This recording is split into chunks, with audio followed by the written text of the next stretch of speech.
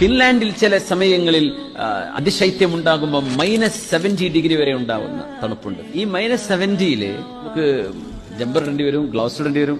ഞങ്ങൾ തണുപ്പ് നാടൊക്കെ പോകുന്നതല്ലേ, ഇഷ്ടം പോലെ കുപ്പായങ്ങൾ 4-5 ഇട്ടിട്ട് കണ്ണിന് കുപ്പായിട്ട് കൊടുക്കണ്ടോ നമ്മള്? ഇല്ല.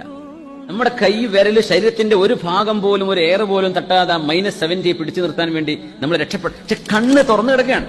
കണ്ണിൽ കിടക്കുന്ന വെള്ളമെങ്ങാനും ഈ -70 നമ്മുടെ ബോഡി പോലെ ആണെങ്കിൽ കണ്ണിലെ വെള്ളം കുറച്ച് ഐസാവും. പിന്നെ കണ്ണ് തുറക്കാൻ പറ്റുമോ? മനുഷ്യന്മാരെ കണ്ണു പോകൂലേ?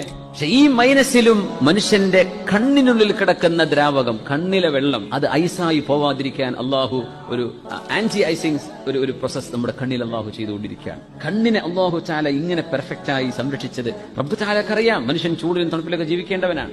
It is a creation of Allah. ഇത് അള്ളാഹുവിന്റെ സൃഷ്ടിപ്പാണ്. അത്ഖന കുല്ല ഷൈ, who has perfected everything he created. Allah ചെയ്തത് മുഴുവനും പെർഫെക്ഷനിലാണെന്ന് വിശുദ്ധ ഖുർആൻ.